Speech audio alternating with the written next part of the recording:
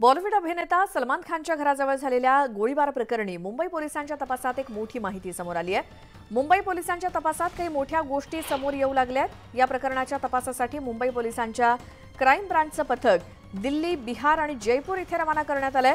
Facebook पेजवरती गोळीबाराची जबाबदारी स्वीकारणाऱ्याचा IP address कॅनडाचा असल्याचं पोलिसांनी सांगितलंय।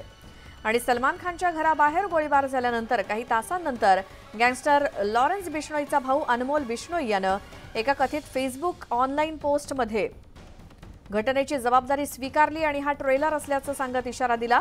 आयपी ॲड्रेस हा कॅनडातला असला तरी यामध्ये व्हीपीएनचा वापर झाला असल्याची शक्यता आहे। त्यामुळे सर्व बाजूंनी विचार करून हा तपास सुरू असल्याचं सांगण्यात आलंय।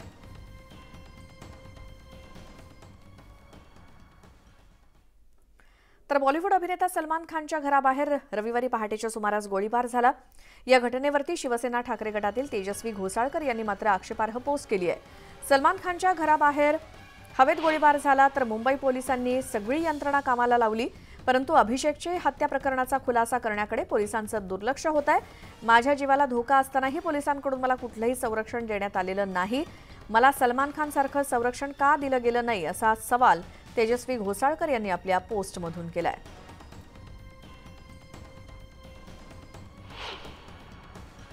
आपल्यासोबत बोलण्यासाठी तेजस्वी घोसाळकर आहेत।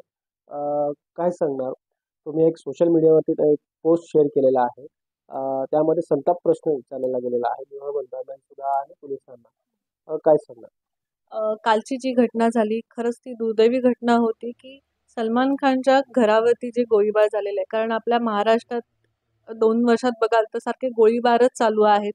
ही दुर्दैवी अवस्था आहे महाराष्ट्राची असं म्हणावं लागेल की अशा प्रकारचं गोळीबार होत आहे। पण मला पोलिसांचा सार्थ अभिमान आहे यासाठी, कारण त्यांनी 2 दिवसात टीम उभ्या केल्या, 2 दिवसामध्ये CCTV फुटेज आणले, त्यांना सिक्युरिटी दिली, इन्व्हेस्टिगेशन चालू केलंय आणि तो आरोपी आला म्हणजे पकडला गेलाय।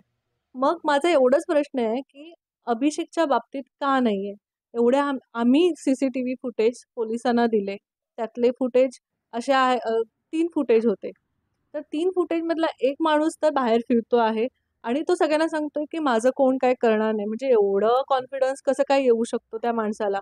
दुसरा गोष्ट म्हणजे एक माणूस आतमध्ये गेलेला गोळीबार होण्याच्या आधी तो बाहेर आलाच नाही। तो कोण होता तोही माहित नाही आम्हाला। म्हणजे पोलीस काहीतरी लपवतंय, पोलिसांवरती दबाव आहे असं माझं म्हणणं आहे।